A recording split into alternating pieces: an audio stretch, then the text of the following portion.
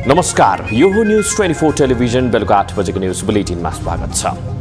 यो भएन त्यो भएन, सबै भताभुङ्ग भयो, देश जटिल अवस्थामा गयो, देशले सही नेतृत्व पाएन, नेताहरू उत्तरदायी भएनन्, देश बनाउने भिजन देखिएन, भ्रष्टाचार मौलायो, बेथिति झाङ्गियो, विकासका कामहरू समयमा पुरा हुँदैनन्, राजनीतिक दलहरूलाई ठेकेदारहरूले खर्लप्पै किनेका छन्, राज्यका सबै जसो अङ्गहरू निकम्मा हुँदै गएका छन्, सत्ता लिप्सा चुलियो, नातावाद हावी भयो, गरिबको सहारा कोही भएन, धनी झन धनी र शक्तिशाली हुँदै गए, राज्यको आर्थिक स्रोतमा केही दर्जन व्यक्तिहरूको एकाधिकार र हैकम चलिरहेको छ, जनताको पक्षमा बोलिदिने कोही पनि भएन, बहुसंख्यक नेपालीलाई दुई छाक खानका लागि सङ्घर्ष गर्नु परिरहेको छ, धेरै नेपालीको राम्रो ओत लाग्ने घर छैन, सुकिला र मौसम अनुसारका लुगा सबैले लगाउन पाइरहेका छैनन्, शिक्षा त दुई खालको जनशक्ति राज्यले नै उत्पादन गरिरहेकै छ, गरिबका छोराछोरीले गुणस्तरीय शिक्षा आर्जन गर्न सक्ने अवस्था छैन,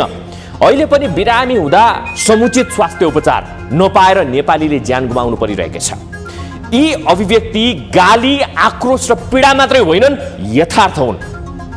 हो, जनताले यस्ता प्रश्न गरिरहेका छन्, यति बेला यस्ता प्रश्न किन गर्नु पर्यो, नेताहरूको आलोचना गरेर किन बस्नु पर्यो, दल र नेताहरूले यसतर्फ सोचिदिए मात्रै पनि आधा समस्या समाधान हुनेछन्। तपाईँ नेताहरूले गाली होइन ताली पाउने अवस्था आउनेछ। नेपाली जनताले स्थानीय निर्वाचनीयता, राजनीतिक दल र उसको नेतृत्वलाई सुध्रन पर्याप्त सङ्केत दिएका हुन्, तर दलहरूले त्यस्तो तत्परता देखाएका छैनन्। उम्मेदवारी चयनदेखि समीकरण र गठजोडहरूमा देखिएको सैद्धान्तिक अराजकताले त्यस्तै भन्छ, अपवित्र गठबन्धनहरू बीच उब्जने नेतृत्वबाट के अपेक्षा गर्न सकिएला र? त्यसैले निर्वाचनको अबको समय खबरदारीको समय हो, देश बनाउने नीति र योजना माग्ने समय हो। 5 वर्षमा देशलाई कहाँ पुर्याउँछौ भनेर नेताहरूलाई र्याक्टिभ पार्ने बेला पनि हो। यो मौकाको सदुपयोग सिङ्गो देशले गर्नुपर्छ, प्रश्न आजै गर्नुपर्छ, भोलिका सन्ततिले फेरि यो प्रश्न गर्नु नपरोस्। तपाईका छोरा नातीले, छोरा छोरीहरूले, छोरी नातिनीहरूले देश किन बनेन भनेर जवाफ खोज्दै हिँड्नु नपरोस्। अब न्यूज बुलेटिनका हेडलाइन्स। प्रतिनिधि सभा र प्रदेश सभा निर्वाचनका लागि मनोनयन दर्ता गराएका उम्मेद्वार विरुद्ध दर्जनौं उजुरी, प्रधानमन्त्री देउवा र कांग्रेस नेता गच्छदारको उम्मेदवारी खारेज गर्न माग।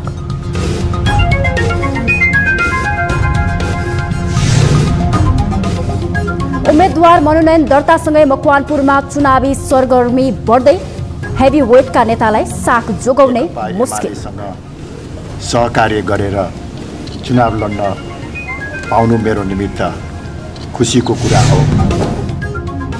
बलात्कार आरोपमा पक्राउ परेका सन्दीप जिल्ला अदालत काठमाडौँमा उपस्थित, थप 7 दिन हिरासतमा राख्न अनुमति।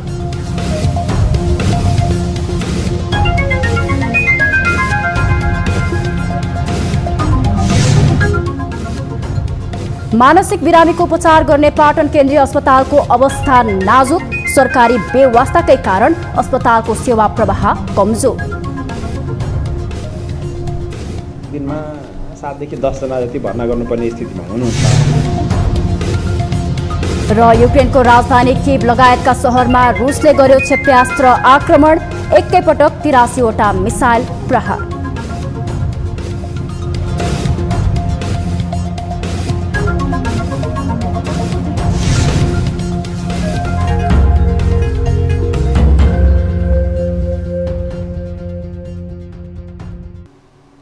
हामी निरन्तर न्यूजमा छौं। मंसिर 4 गते हुने प्रतिनिधि सभा र प्रदेश सभा निर्वाचन कार्यक्रम अन्तर्गत आज उम्मेदवार विरुद्ध उजुरी परेका छन्। निर्वाचन आयोगका अनुसार प्रतिनिधि सभामा कुल 2128 जनाले उम्मेदवारी दिएका छन्, जसमा 1937 जना पुरुष र 191 जना महिला रहेका छन्। त्यस्तै प्रदेश सभातर्फ 2600 पुरुष र 244 महिला र 1 जना अन्य गरी 2845 जनाको उम्मेदवारी दर्ता भएको आयोगले जनाएको छ। 7वटा प्रदेश सभामध्ये सबैभन्दा धेरै उम्मेदवार मध्य प्रदेशमा छन्। यस्तै सबैभन्दा कम उम्मेदवार कर्णाली प्रदेशमा छन्। प्रदेश 1 मा 494, मध्य प्रदेशमा 767, बागमती प्रदेशमा 665, गण्डकी प्रदेशमा 228, लुम्बिनी प्रदेशमा 447, कर्णाली प्रदेशमा 81 र सुदूरपश्चिम प्रदेशमा 203 जना उम्मेदवारहरू छन्। आयोगले दर्ता भएका उम्मेदवार विरुद्ध उजुरी दिन आज दिउँसो 3 बजेसम्मको समय तोकेको थियो। असोज 25 गते मंगलबार आयोगले मनोनयन पत्र र उजुरीमाथि जाँचबुझ गरी उम्मेदवारको नाउँवली प्रकाशन गर्नेछ। असोज 26 गते बिहान 10 बजेदेखि 1 बजेसम्म उम्मेदवारको नाम फिर्ता लिने समय तोकिएको छ। सोही दिन उम्मेदवारको अन्तिम नाउँवली प्रकाशन गरिनेछ। निर्वाचन आयोगले असोज 26 गते नै उम्मेदवारहरूलाई निर्वाचन चिन्ह प्रदान गर्ने जनाएको छ।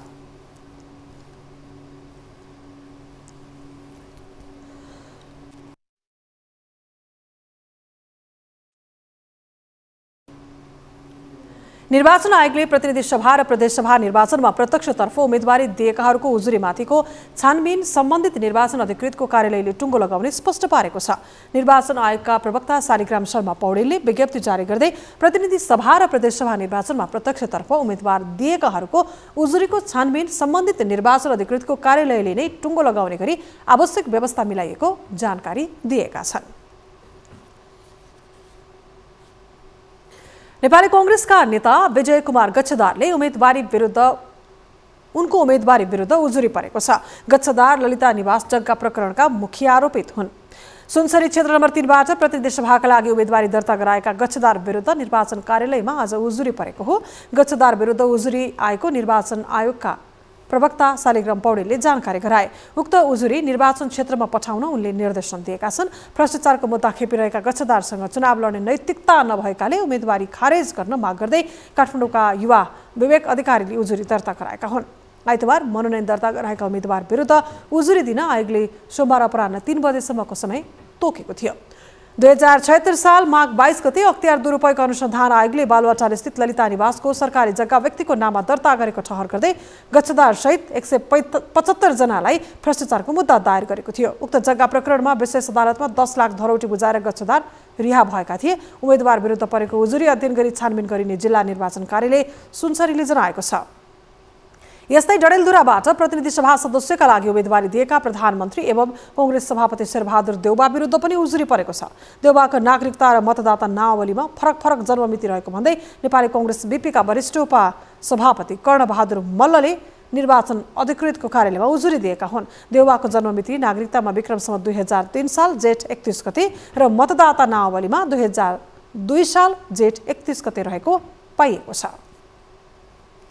आसन्न प्रतिनिधि सभा निर्वाचनका लागि उम्मेदवारमा टिकट विवाद हुँदा नेकपा एमाले राष्ट्रिय सभामा 1 सिट गुमाएको छ। रूपन्देही 5 मा प्रतिनिधि सभा निर्वाचनका लागि भएको टिकट विवादका कारण एमाले राष्ट्रिय सभाको 1 सिट गुमाउनु परेको हो। एमालेका राष्ट्रिय सभा सांसद खिमलाल भट्टराईले राष्ट्रिय सभाको सांसद पदबाट राजीनामा दिँदै रूपन्देही 5 बाट उम्मेदवारी दर्ता गराएका थिए। तर त्यसअघि नै एमालेबाट रूपन्देही 5 मा वासुदेव घिमिरेले उम्मेदवारी दर्ता गराएपछि भट्टराईलाई मात्र नभई एमालेलाई समेत क्षति भएको छ। घिमिरेले उम्मेदवारी दर्ता गराए पनि एमालेले खिमलाललाई टिकट दिएको थियो। निर्वाचन कार्यालयमा आइतबार 2 जनाको नै उम्मेदवारी दर्ता भएको थियो। एमालेले निर्वाचन कार्यालयलाई पत्र पठाएर वासुदेव घिमिरेको उम्मेदवारी भूलवश भएको उल्लेख गर्दै खिमलालको टिकटलाई मान्यता दिएको थियो। तर निर्वाचन कार्यालयले पहिला दर्ता भएको उम्मेदवारको उम्मेदवारी मान्य हुने निर्णय गर्दै वासुदेव घिमिरेको उम्मेदवारी कायम गरिदिएको छ। यो सँगै एमालेका खिमलाल भट्टराईले निर्वाचनको टिकट र राष्ट्रिय सभाको सांसद दुवै गुमाएका छन्। यो सँगै नेकपा एमालेको संख्या राष्ट्रिय सभामा खुम्चिएको छ। अब राष्ट्रिय सभामा नेकपा एमालेका सांसदको संख्या 16 मा झरेको छ। खिमलाल भट्टराई राष्ट्रिय सभामा एमालेका प्रमुख सचेतक समेत थिए। आगामी मंसिर 4 मा हुने प्रदेश सभा र प्रतिनिधि सभा निर्वाचनका लागि उम्मेदवार मनोनयन दर्तासँगै मकवानपुरमा चुनावी सरगर्मी बढेको छ। राजनैतिक दलका नेताहरू चुनावी प्रचारमा होमिएका छन् भने स्वतन्त्र उम्मेदवारहरू पनि चुनावी मैदानमा होमिँदा संघ र प्रदेशको निर्वाचन रोमाञ्चक हुने देखिएको छ। एक रिपोर्ट। मङ्सिर 4 गते हुन लागेको प्रदेश तथा प्रतिनिधि सभा निर्वाचनका लागि विभिन्न राजनैतिक दलहरूबीच गठबन्धन बनिरहेको छ। राजनैतिक दलका हेभीवेट नेताहरू एकै क्षेत्रबाट प्रतिस्पर्धामा उत्रिँदा मकवानपुरमा चुनावी प्रतिस्पर्धा रोचक बन्ने देखिएको छ। 2वटा प्रतिनिधि सभा क्षेत्र रहेको मकवानपुरमा क्षेत्र नम्बर 1 मा 16 जना र क्षेत्र नम्बर 2 मा 1 स्वतन्त्र समेत गरी 10 जनाको उम्मेदवारी परेको छ। वर्षौंदेखि रजगज गरेर सत्तामा रहिरहेका हेभीवेट नेताहरू भने आफ्नो साख जोगाउने रणनीतिमा लागि परेका छन्। नेपाली कांग्रेसकी नेत्री महालक्ष्मी उपाध्याय डिना, राप्रपाका प्रभावशाली नेता दीपक बहादुर सिंह र राप्रपा त्यागेर राप्रपा नेपाल पार्टीका अध्यक्ष बनेका कमल थापा आगामी निर्वाचनमा मकवानपुरको प्रतिनिधि सभा क्षेत्र नम्बर 1 बाट प्रतिस्पर्धा गर्दैछन्। 5 दलीय सत्ता गठबन्धनबाट प्रतिनिधि सभा क्षेत्र नम्बर 1 की उम्मेद्वार बनेकी महालक्ष्मी उपाध्याय डिना आगामी जित निश्चित रहेको दावी गर्छिन्। गठबन्धनको सरकार बन्छ भन्ने एउटा विश्वास त अहिले मकवानपुरको हाम्रो उम्मेदवारी दर्ताले नै एउटा देखाएको छ र मलाई लाग्छ आम देशभरि नै यही उत्साहका साथ सम्पूर्ण गठबन्धन एकजुटका साथ अगाडि बढेको छ र गठबन्धनलाई नेपाली जनताले आतुरताका साथ मत दिनेछन् भन्ने पनि मलाई विश्वास लागेको छ र मकवानपुरको सन्दर्भमा भन्दै गर्दा जनता आतुर छन् हामीलाई भोट हाल्नलाई। एउटै निर्वाचन क्षेत्रमा पटक पटक पराजित भएका नेताहरू पनि आगामी निर्वाचनमा प्रतिस्पर्धा गर्दैछन्। गत वैशाख 30 गते सम्पन्न स्थानीय तहको निर्वाचनमा हेटौडा उपमहानगरपालिकाको मेयरमा थोरै मतान्तरले पराजित बनेका दीपक बहादुर सिंह पनि मकवानपुर 1 बाट प्रतिनिधि सभा सदस्यमा प्रतिस्पर्धी छन्। थोरै मतान्तरले स्थानीय सरकारको नेतृत्व गर्नबाट चुकेका उनी संघको निर्वाचन जित्ने दावी गर्छन्। मकवानपुरका सम्पूर्ण जनताको मनमा भिजिएको छ। एकचोटि मलाई चाहिँ चाहे कांग्रेसको, एमालेको, माओवादीको कुनै पार्टीमा पनि नभएका लागेका जनताले यो चोटि मौका, तेरो पनि 5 वर्ष हेर्नु न त भन्ने मौका मैले पाउँछु भन्ने मलाई पूर्ण विश्वास छ। विगत लामो समयदेखि निर्वाचन जित्दै आएका राप्रपा नेपालका केन्द्रीय अध्यक्ष कमल थापा पनि मकवानपुर 1 बाटै चुनावी प्रतिस्पर्धामा छन्। राप्रपाबाट अलग भई राप्रपा नेपाल गठन गरेपछि कमजोर मानिएका थापालाई यो निर्वाचनमा एमालेले साथ दिएको छ। थापालाई नै एमाले र राप्रपा नेपालका साझा उम्मेद्वार बनाउने एमाले केन्द्रको निर्णय भएपछि मनोनयन दर्ताको दिन आइतबार एमाले पार्टी कार्यालय तनावग्रस्त नै बन्यो। आक्रोशित एमाले कार्यकर्ताले पार्टी कार्यालयमा ताला लगाए। यद्यपि एमाले कार्यकर्ताको विरोधका बीच मनोनयन दर्ता गर्न पुगेका थापा आफ्नो जित सुनिश्चित रहेको दावी गर्छन्। नेकपा एमालेसँग सहकार्य गरेर चुनाव लड्न पाउनु मेरो निमित्त खुसीको कुरा हो र साथसाथै चुनावमा विजयलाई सुनिश्चित गर्नको निमित्त मैले नेकपा एमालेकै चुनाव चिन्ह सूर्यबाट प्रतिस्पर्धा गर्दैछु। उम्मेदवारी दर्तासँगै जित आफ्नै पोर्टामा पार्ने नेताहरूले दावी गरिरहेका छन्। जिल्लाका हेभीवेट नेताहरूले निर्वाचन अघि नै जित सुनिश्चित रहेको तर्कहरू प्रस्तुत गरिरहँदा मतदाताहरूले उनीहरूलाई कसरी लिन्छन् र कसको पल्ला भारी होला त्यो हेर्न भने बाँकी नै छ। न्युज 24 टेलिभिजनका लागि मकवानपुरबाट टिभी जर्नलिस्ट सुनिता बेस्टको रिपोर्ट। हामी निरन्तर न्युजमा छौं। कालीकोटको तिलागुफा नगरपालिका 4 मा मलामी गएका 13 जना पहिरोमा परि बेपत्ता भएको पुष्टि भएको छ। पहिरोमा परि बेपत्ता हुनेमा तिलागुफा नगरपालिका 4 निवासी वर्ष 47 का काली बहादुर शाही, वर्ष 63 का धनबहादुर शाही, वर्ष 36 का छत्रजंग शाही, वर्ष 28 का खगेन्द्र शाही, वर्ष 23 का भेष बहादुर शाही, वर्ष 55 का धना शाही, वर्ष 76 का अली शाही, वर्ष 23 का खेमराज शाही, वर्ष 57 का मानबहादुर शाही, वर्ष 41 का मोतीलाल शाही, वर्ष 56 का वडा अध्यक्ष परबहादुर शाही, वर्ष 24 का नरेश शाही र वर्ष 22 का प्रशान्त शाही रहेको डीएसपी जयश्वर रिमालले बताएका छन्। घटनाले तिलागुफा नगरपालिका शोकमग्न भएको छ। शुक्रबारको पहिरोमा परि तिलागुफा नगरपालिका 7 का 5 र 6 का 1 जना गरी 6 बेपत्ता भएका थिए। स्थानीय तहको निर्वाचनपछि संघ र प्रदेशको निर्वाचन घोषणा भएपछि विभिन्न राजनीतिक दलका नेताहरू एउटा पार्टी छाड्ने र अर्को पार्टी प्रवेश गर्ने लहर नै चल्यो।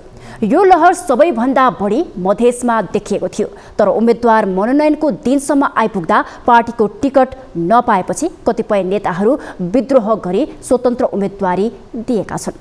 एक रिपोर्ट।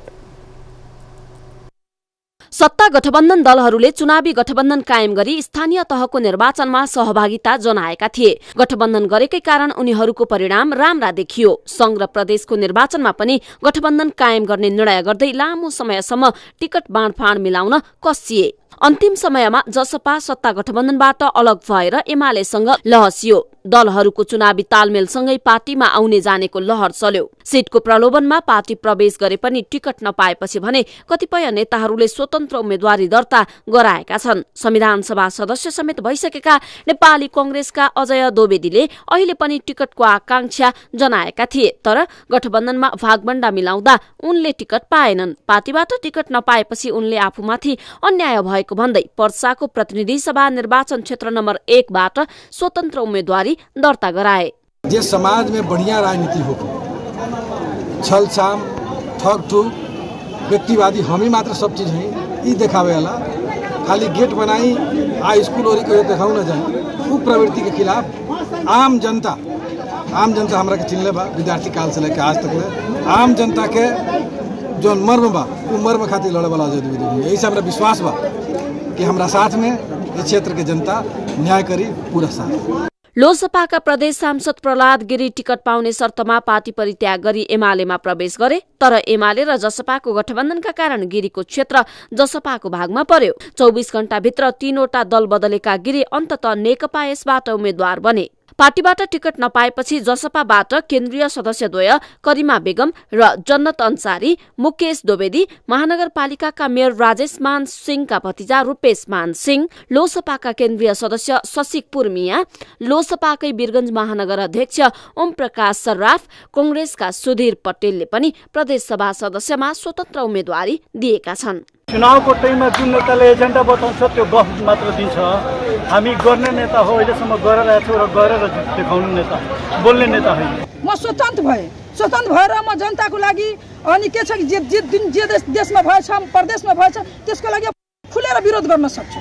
मलाई केही पाबन्दी छैन। पहिला एउटा सरकारमा भएको कारणले मेरो मुखमा टेप साटे थियो, मेरो हात बाँधेर म बसे थिएँ, मुखमा टेप साटेर बसे थिएँ। थुप्रै कुरोहरू छ जुन म हाउसमा बोल्न चाहेर पनि बोल्न सकेन। मैले टिकट गरेर मागेको छैन किनभने मलाई जनतामाथि विश्वास छ र जनतासित पार्टी छ, पार्टीसित जनता छैन। त्यही भएर म स्वतन्त्र उम्मेदवारी दिएको हो र पार्टीको टिकट म मागेकै छैन। पर्साको निर्वाचनको 4 क्षेत्रमा उम्मेद्वारी दिनेहरूमध्ये आधाभन्दा बढी संख्या स्वतन्त्र उम्मेद्वारहरूको रहेको छ। क्षेत्र नम्बर 1 र 2 मा प्रदेशसभा सदस्यका लागि दलबाट विद्रोह गरी स्वतन्त्र उम्मेद्वारी दिएका 7 जना मध्ये 6 जना मधेसी दलकै रहेका छन्। न्यूज 24 टेलिभिजनका लागि वीरगञ्जबाट TV journalist Anita तिवारीको report. Sudurpashchim प्रदेशमा प्रतिनिधि सभा सदस्यका लागि प्रत्यक्षतर्फ 4 जना महिला उम्मेद्वार रहेका छन्। आसन्न आम निर्वाचनबाट प्रत्यक्ष निर्वाचित प्रतिनिधि सभा सदस्य बन्न नेकपा एमालेबाट 2 जना, नेकपा माओवादी केन्द्रबाट 1 र नागरिक उन्मुक्ति पार्टीबाट 1 जना महिलाले उम्मेदवारी दिएका हुन्। यसैगरी नेकपा एमालेबाट डोटीमा गौरी ओली र कञ्चनपुर 3 मा निरुदेवी पाल प्रतिनिधि सभा सदस्यको उम्मेद्वार रहेका छन्। कञ्चनपुर 3 बाट नेकपा माओवादी केन्द्रकी बिना मगर प्रतिनिधि सभातर्फ उम्मेद्वार रहेकी छन्। यता नागरिक उन्मुक्ति पार्टीबाट कैलाली 1 मा रञ्जिता श्रेष्ठ प्रतिनिधि सभा सदस्यमा उम्मेद्वार बनेकी छन्। यस प्रदेशमा प्रतिनिधि सभातर्फ 16 सिट रहेका छन्। तर पनि सत्तासीन नेपाली कांग्रेसले भने सुदूरपश्चिममा प्रतिनिधि सभातर्फ कुनै पनि महिला उम्मेद्वार दर्ता गराएको छैन। यसअघि केन्द्रीय सदस्य आजु राणालाई प्रत्यक्षमा लड्न सिफारिस गरिए पनि उनी समानुपातिकमा सीमित भएकी छन्। नेपाली कांग्रेसका वरिष्ठ नेता रामचन्द्र पौडेलले गठबन्धनलाई बलियो बनाएर निर्वाचनमा जान आग्रह गरेका छन्। आज नेपाली कांग्रेस तनहुँको कार्यालयमा बसेको गठबन्धनका दलका नेताहरूको बैठकमा वरिष्ठ नेता पौडेलले यस्तो आग्रह गरेका हुन्। गठबन्धन अहिलेको आवश्यकता भएकाले गठबन्धनलाई बलियो बनाउनुको विकल्प नभएको उनको भनाइ छ। वरिष्ठ नेता पौडेलले तनहुँ क्षेत्र नम्बर 1 को प्रतिनिधि सभा सदस्यका लागि उम्मेदवारी दर्ता गराएका छन्। त्यस्तै प्रदेश क अन्तर्गत सत्तारूढ गठबन्धन तर्फ नेपाली कांग्रेसका अशोक कुमार श्रेष्ठ र नेकपा माओवादी केन्द्रबाट हरिबहादुर चुमानले उम्मेदवारी दर्ता गराएका छन्। तनहुँका 4 प्रदेश सभा क्षेत्रमा नेकपा एकीकृत समाजवादीको पनि उम्मेदवारी परेको छ। बलात्कार आरोपमा पक्राउ परेका क्रिकेटर सन्दीप लामिछानेलाई 7 दिन हिरासतमा राखेर अनुसन्धान गर्न जिल्ला अदालत काठमाडौँले अनुमति दिएको छ। गत भदौ 5 गते 17 वर्षीय नाबालिगमाथि बलात्कार गरेको आरोप लागेका सन्दीपलाई 20 असोजमा प्रहरीले पक्रेको थियो। तर दशैंको बिदा परेका कारण अदालत बन्द भएकाले आज मात्र उनलाई अदालतमा उपस्थित गराइएको हो। कतारको दोहाबाट बिहीबार काठमाडौँ स्थित अन्तर्राष्ट्रिय विमानस्थल ओर्लिए लगतै सन्दीप पक्राउ परेका थिए। काठमाडौँको गौसला स्थित एक होटलको कोठामा राखेर सन्दीपले आफूलाई बलात्कार गरेको भन्दै ती नाबालिगले गत भदौ 21 गते प्रहरी वृत्त गौसलामा उजुरी गरेकी थिइन्। त्यतिबेला सन्दीप क्यारिबियन लिग क्रिकेट खेल्न नेपाल बाहिर गएका थिए। उनी विरुद्ध उजुरी परेपछि नेपाल क्रिकेट सङ्घ क्यानले सन्दीपलाई नेपालको राष्ट्रिय क्रिकेट टोलीको कप्तानबाट निलम्बन गरेको थियो। उनलाई पक्राउ गर्न नेपाल प्रहरीको आग्रहमा अन्तर्राष्ट्रिय प्रहरी सङ्गठन इन्टरपोलले डिफ्युजन नोटिस जारी गरेको थियो। इन्टरपोलको निशानामा परे लगतै उनी काठमाडौँ फर्किएका थिए। न्युजहरू अझै बाँकी छन्, अब पालो ब्रेकको।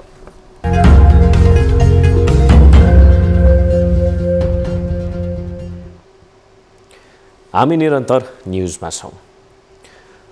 अर्थमन्त्री जनार्दन शर्माले हाइड्रोजन बिक्री गरेर देशलाई आर्थिक रूपमा समृद्ध बनाउन सकिने बताएका छन्। सोमबार काठमाडौँमा आयोजित नेपाल ग्रिन हाइड्रोजन समिट 2022लाई सम्बोधन गर्दै अर्थमन्त्री शर्माले यस्तो बताएका हुन्। जलवायु परिवर्तनका कारण विभिन्न असरहरू पनि देखिन थालेको भन्दै उनले कार्बन उत्सर्जनलाई कम गर्नुपर्नेमा जोड दिए। पेट्रोलियम पदार्थको खरिदमा नेपालबाट सबैभन्दा बढी डलर बाहिरिरहेको छ र व्यापारमा खाटा भइरहेको उनले बताएका छन्। देशभित्र मात्रै हाइड्रोजनको प्रयोग गर्न सकेमा व्यापार सन्तुलनमा आउन सक्ने उनले बताएका छन्।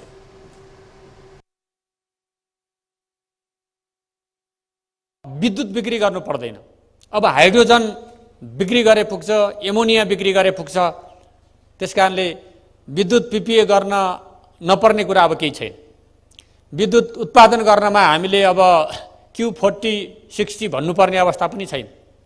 भएको पानीको सबै सदुपयोग गरेर विद्युत उत्पादन गर्न सक्यो भनेर त्यसबाट हामीले हाइड्रोजन एमोनिया बनाएर विश्व बजारमा प्रतिस्पर्धी भएर हामीले पुर्याउन सक्यौँ भने नेपालको समृद्धि त्यही छ।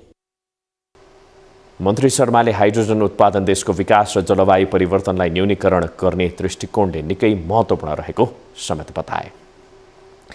मानसिक रूपमा अस्वस्थ भएकाहरूका लागि सहारा बन्ने देशकै एकमात्रै केन्द्रीय स्तरको अस्पताल हो ललितपुर मानसिक अस्पताल। तर मानसिक अस्पतालको अवस्था भने दिन प्रतिदिन नाजुक बन्दै गएको छ।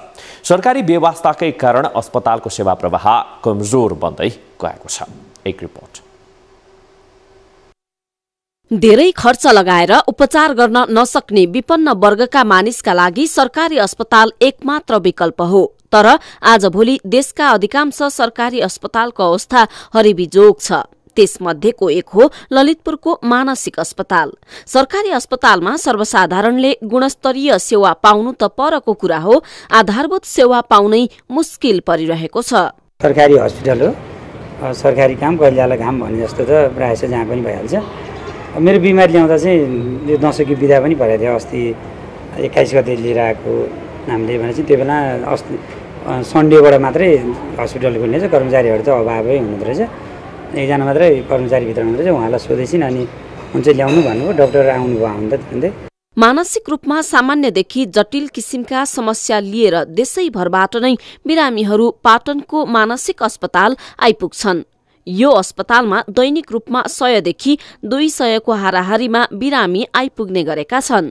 अस्पताल आएका मध्ये 10% भर्ना गरेर उपचार गर्नुपर्ने हुन्छ। तर ती बिरामीहरूले अस्पतालमा बेड पाउनै मुस्किल छ। अस्पतालमा पहिला पनि अलिकति परिचित भइरहेको हुनाले त्यस्तो समस्या केही परेन।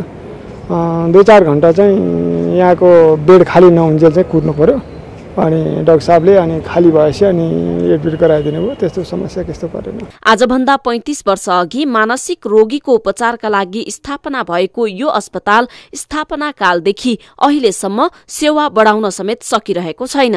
अस्पतालको कार्यभार सम्हाल्न धेरैजना आए र गए, तर अस्पतालको स्तर उन्नति भने कहिल्यै हुन सकेन। स्थापना कालमा 50 शैय्या राखेर सञ्चालनमा ल्याएको सो अस्पतालमा 35 वर्षपछि पनि 50 बेडबाट 60 बेड हुन सकेन भने उपचारका लागि चाहिने पर्याप्त उपकरण, औषधि, विशेषज्ञ चिकित्सक र नर्सहरूको समेत अभाव खड्किएको छ। लगभग दिनमा 7 देखि 10 जना जति भर्ना गर्नुपर्ने स्थितिमा हुनुहुन्छ र हाम्रो शय्या सङ्ख्या कमी भएको कारणले गर्दाखेरि यदाकदा सबै बिरामीहरूलाई चाहिँ हामीले भर्ना गर्न नसक्ने स्थिति पनि आउँछ र कति बिरामीहरूलाई चाहिँ अब ओपिडीबाट फर्काउनुपर्छ, कतिलाई चाहिँ केही समय वेट गर्नुपर्छ भने कति समयमा चाहिँ बेड शय्या खाली भएको अवस्थामा चाहिँ हामीले भर्ना गरेर उपचार गर्छौँ। मानसिक अस्पतालप्रति सरकारले गरेको लगानी निकै न्यून भएको अस्पताल प्रशासनको भनाइ छ। सेवा प्रवाह राम्रो नहुँदा बिरामीले शास्ति भोग्नु परिरहेको छ। अभाव नै अभावमा टिकेको भए पनि यो अस्पतालमा बिरामीको चाप भने दिन प्रतिदिन बढ्दो छ। सरकारी अस्पतालमा गुणस्तरीय सेवा नपाइँदा विपन्न वर्गका नागरिकले समेत चर्को शुल्क तिरेर निजी अस्पताल धाउनु पर्ने बाध्यता रहेको छ। न्यूज 24 टेलिभिजनका लागि क्यामेरामा कान्छा डंगोलका साथ टिभी जर्नलिस्ट अस्मिता तिवारीको रिपोर्ट। हामी निरन्तर न्यूजमा छौं। जुम्लामा गएको 5 दिनदेखि खानेपानी, बिजुली, टेलिफोन, इन्टरनेट लगायतका अत्यावश्यक सेवा अवरुद्ध भएका छन्। लगातारको वर्षासँगै आएको बाढी र पहिरोका कारण जुम्लामा अत्यावश्यक सेवा अवरुद्ध भएका हुन्। जुम्लाको चिमरामा खानेपानीको पाइप चुडिएको छ भने चट्याङका कारण नेपाल टेलिकमको जुम्ला सदरमुकामको मुख्य कार्यालयको ओडीयू सेट बिग्रिँदा टेलिफोन सेवा बन्द भएको हो। टेलिफोन बन्द हुँदा विपदको सूचना लिन समेत कठिन भइरहेको जिल्ला प्रशासन कार्यालय जुम्लाले जनाएको छ। ओडीयू सेटमा क्षति पुगेसँगै टेलिकमको इन्टरनेट सेवा बन्द भएको नेपाल टेलिकमले जनाएको छ। ओडीयू सेट काठमाडौँबाट ल्याउने तयारी गरे पनि मौसम खराबीका कारण ठुवारीमा समस्या देखिएको छ। यसैगरी वर्षाका कारण पोलमा क्षति पुग्दा बिजुली सेवा समेत बन्द भएको छ। लगातारको वर्षाले कर्णाली राजमार्गको 1 दर्जन बढी ठाउँमा सडक पनि बन्द भएको बताइएको छ। जुम्ला खण्डको गाडगडेनीमा ठूलो पहिरो खस्दा 5 दिनदेखि यातायात सेवा समेत अवरुद्ध भएको हो। ललितपुरको गोदावरी नगरपालिका 2 ठेचोमा 12 वर्षे नवदुर्गा जात्रा अन्तर्गतको महत्त्वपूर्ण दिन आज देवभय सम्पन्न भएको छ। साउन 10 गते गथामुखदेखि चैतको पूर्णिमासम्म मनाइने 12 वर्षे जात्रा मनाइने गरिन्छ। सो जात्रा अन्तर्गत आज ठेचो आसपासका 7 गाउँका घरमूलीहरूलाई देवगणहरूद्वारा देवभय खुवाइएको हो।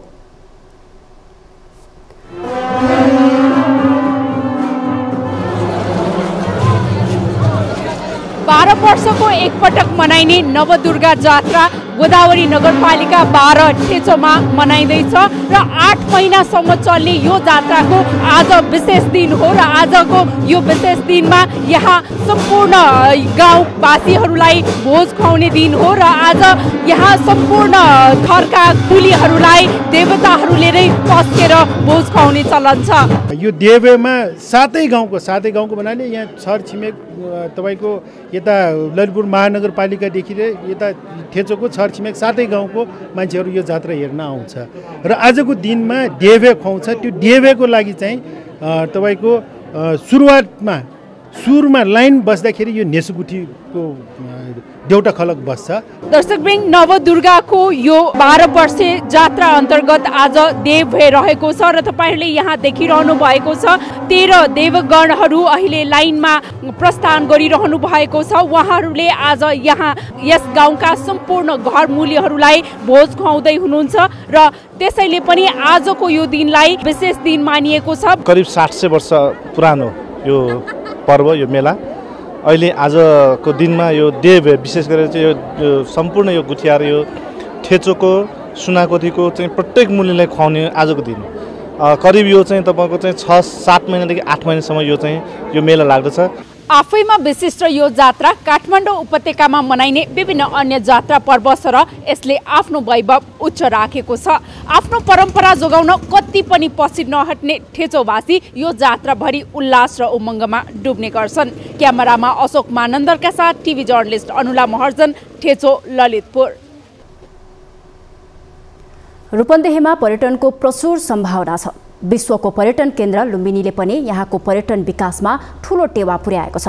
तर लुम्बिनीको नजिकै रहेका पर्यटकीय स्थल भने प्रचार प्रसार अभावमा ओझेलमा परेका छन्।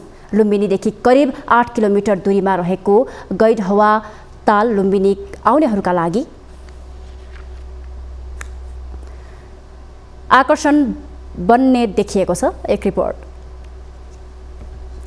रूपन्देहीको गैडहवा गाउँपालिका 4 मा रहेको मानव निर्मित ताल हो गैडहवा। यो तालको 50 बिघा क्षेत्रफलमा जलाशय छ भने यसको पूरा क्षेत्रफल 84 बिघा रहेको छ। विश्व सिमसार क्षेत्रमा समेत सूचीकृत यो ताल रूपन्देहीकै सबैभन्दा ठूलो ताल हो। 100औं वर्ष अघि निर्मित यो तालमा सुरुमा गैडाहरू आहाल बस्ने भएकाले तालको नाम गैडहवा राखिएको हो। गाउँपालिकाको नाम पनि तालको नामबाटै राखिएको छ। लुम्बिनीबाट करिब 8 किलोमिटर दूरीमा रहेको यो ताल लामो समय संरक्षण तथा सम्वर्धन हुन सकेन। अब भने ताल संरक्षणसँगै यहाँको पूर्वाधार विकास गरिने भएको छ, जसका लागि 40 करोड रुपैयाँ लागतमा डीपीआर बनाइएको छ। यसको डीपीआर गरेका छौं। 41 करोड यसको डीपीआर छ र यसको यस साल करिब 1.25 करोड यस साल परेको छ र नेपाल आर्मीले यो बनाउने छ। यसको कर्मागत योजनामा छ र यसलाई हामी पूरा गर्ने छौं र यो लुम्बिनीबाट करिब 8 किलोमिटर पर्छ। पर्यटकीय गतिविधि बढ्दै जाँदा गाउँपालिकाले तालको नजिकमा रहेको बस्तीमा होमस्टे बनाएको छ। होमस्टेमा लुम्बिनी आउने पर्यटकलाई ल्याएर कम्तीमा 1 रात बसाउने गरी योजना बनाएर अघि बढेको छ। अहिले यही सालमा मात्रै सेनाले काम गर्न गइराखेको छ।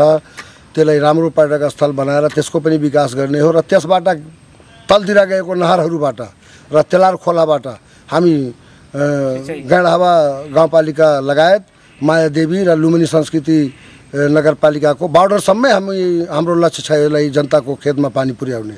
गैडहवा ताल चराचुरुङ्गीले पनि प्रख्यात छ। चराको चिरिबिरी आवाज र डुङ्गा सयरले यहाँ पुग्ने जो कोही लालायित हुन्छन्। प्राय सबै सिजनमा साइबेरियन चराहरूको हुल देखिन्छ। रैथाने चराहरूको ताती र तालको छेउको हरियालीले सौन्दर्य थप बढाएको छ।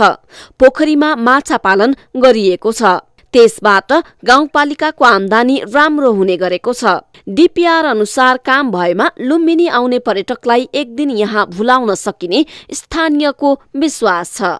यो बनेपछि तपाईको त्यो पर्यटकको उसमा चाहिँ टेवा पुर्याउँछ र अब तपाईको यो करोड रुपैयाँमा चाहिँ यो गाउँपालिका गैडहवा गाउँपालिकाले टेन्डर गरेर माछा यो चाहिँ ठेक्कापट्टा गर्छ। त्यो चाहिँ अब विकास निर्माणमा त्यो पैसाले चाहिँ पनि टेवा पुर्याउँछ। डीपीआर अनुसार 6 किलोमिटर क्षेत्रफलमा फैलिएको तालको चारैतिर 2 मिटर फुटपाथ, 4 मिटर सडक र 1 मिटरको ग्रिनरी बनाइनेछ। वनभोज स्थललाई व्यवस्थित गरिनेछ। अहिले वरिपरि सडक बनाउने काम जारी छ। सिमसार क्षेत्र व्यवस्थित गरिँदैछ। यसअघि लुम्बिनी प्रदेश र गाउँपालिकाको 85 लाख रुपैयाँ लगानीमा सभाहल वनभोज स्थल बनाइएको थियो। आन्तरिक र बाह्य गरी वर्षेनी लुम्बिनीमा आउने 15 लाख बढी पर्यटक मध्ये 5% पनि गैडहवा पुग्दैनन्। पर्यटकलाई यहाँ ल्याउने वातावरण बनाउन सके गैडहवा ताल लुम्बिनीको दोस्रो गन्तव्य बन्ने देखिन्छ। न्यूज 24 टेलिभिजनका लागि बुटौलबाट टिभी जर्नलिस्ट विमल पुरीको रिपोर्ट।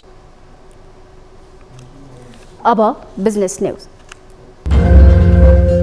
चालू वर्षको सुरुवातदेखि नै सरकारको राजस्व संकलनमा उच्च गिरावट आएको छ। गत वर्षको राजस्व संकलनको तुलनामा उच्च गिरावट देखिएको हो। चालू आर्थिक वर्षको करिब 3 महिनामा राजस्व शीर्षकमा 1 खर्ब 72 अर्ब राजस्व संकलन भएको छ। गत वर्ष यो अवधिमा 2 खर्ब 27 अर्ब राजस्व संकलन भइसकेको थियो, जस अनुसार गत वर्षको तुलनामा चालू आर्थिक वर्षमा 55 अर्ब 47 करोड राजस्व कम उठेको छ।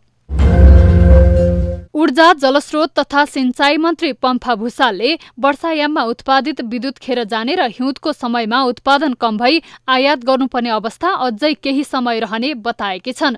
ग्रीन हाइड्रोजन समिट 2022लाई सोमबार राजधानीमा सम्बोधन गर्दै उनले हिउँदमा आयात गर्नुपर्ने समस्यालाई समाधान गर्न हाइड्रोजन ऊर्जाको उत्पादन उपयुक्त विकल्प भएको बताएकी छन्। गुणस्तरीय र भरपर्दो विद्युत सेवा उपलब्ध गराउन जलविद्युत आयोजना, प्रसारण एवं वितरण लाइन तथा सबस्टेशन निर्माणमा विशेष प्राथमिकता दिएको भूषालको भनाइ छ।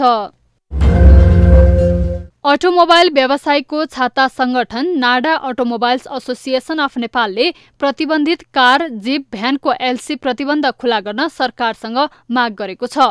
तीव्र आयातका कारण विदेशी मुद्राको सञ्चितमा दबाव परेसँगै सरकारले गाडीसँगै 10 प्रकारका वस्तुहरूको आयातमा एलसी बन्द गरेको थियो। तर पछिल्लो पटक अन्य वस्तुको प्रतिबन्ध फुकुवा गरे पनि सरकारले गाडीमा लगाइएको प्रतिबन्ध भने हालसम्म खुलाएको छैन। सोमबार एक विज्ञप्ति जारी गर्दै नाडाका अध्यक्ष ध्रुव थापाले अब अरू बढी प्रतिबन्ध नलम्ब्याउन सरकारसँग माग गरेका हुन्।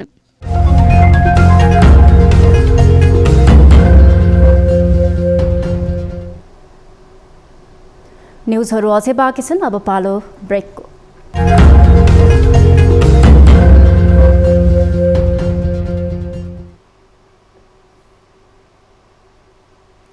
हामी निरन्तर न्युजमा छौं। अब स्पोर्ट्स न्युज।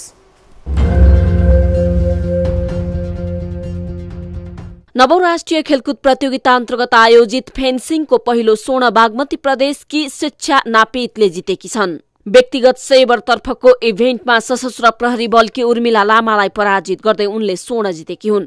उनी पोखरामा स्वर्ण पदक जित्ने पहिलो खेलाडी समेत बनेकी छन्। नेपाल आर्मीका रविना थापा र आर्मीकै मनिषाले तेस्रो स्थानमा रहँदै काँस्य पदकमा चित्त बुझाएका छन्। प्रतियोगितामा इभी, फोइल र सेबर इभेन्टमा व्यक्तिगत र टिम इभेन्टमा प्रतिस्पर्धा गर्नेछन्। प्रतियोगितामा 2 विभागीय सहित 6 टिमले सहभागिता जनाएका छन्।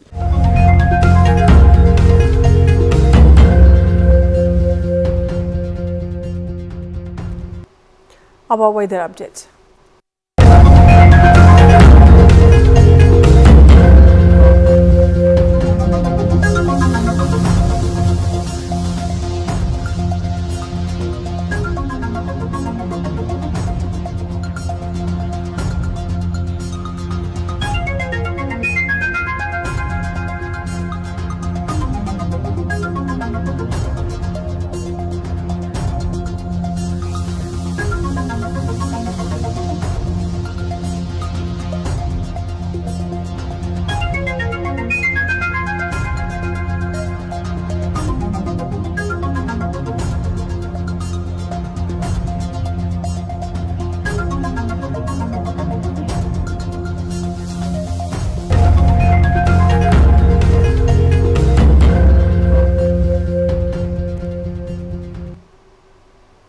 अब न्यूज बुलेटिनको अन्त्यमा पुनः हेडलाइन्स।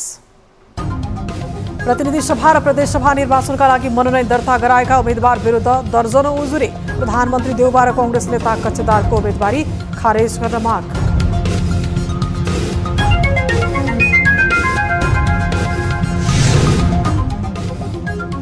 उम्मेदवार मनोनयन दर्तासँगै मकवानपुरमा चुनावी सरगर्मी बढ्दै हेभीवेटका नेतालाई साख जोगाउने मुस्किल। एमालेसँग सहकार्य गरेर चुनाव लड्न पाउनु मेरो निमित्त खुसीको कुरा हो। बलात्कार आरोपमा पक्राउ परेका सन्दीप जिल्ला अदालत काठमाडौँमा उपस्थित। थप 7 दिन हिरासतमा राख्न अनुमति।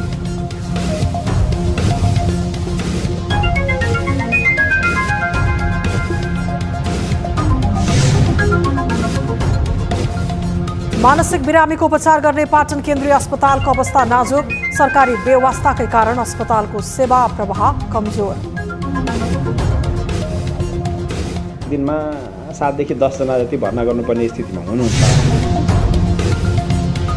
र युक्रेनको राजधानी किएभ लगायतका सहरमा रुसले गर्यो क्षेप्यास्त्र आक्रमण। एकै पटक 83 वटा मिसाइल प्रहार।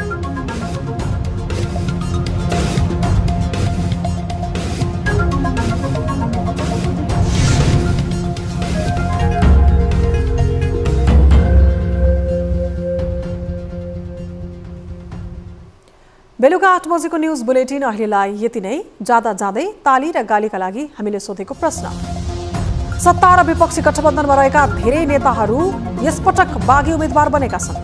आफूले टिकट नपाउँदा बागी उम्मेदवार बनिहाल्ने यो शैलीलाई अवसरवादसँग जोड्न मिल्छ भनेले तालीमा र मिल्दैन भनेले गालीमा हाम्रो पात्रको एप्लिकेसनमा गएर भोट गर्नुहोला।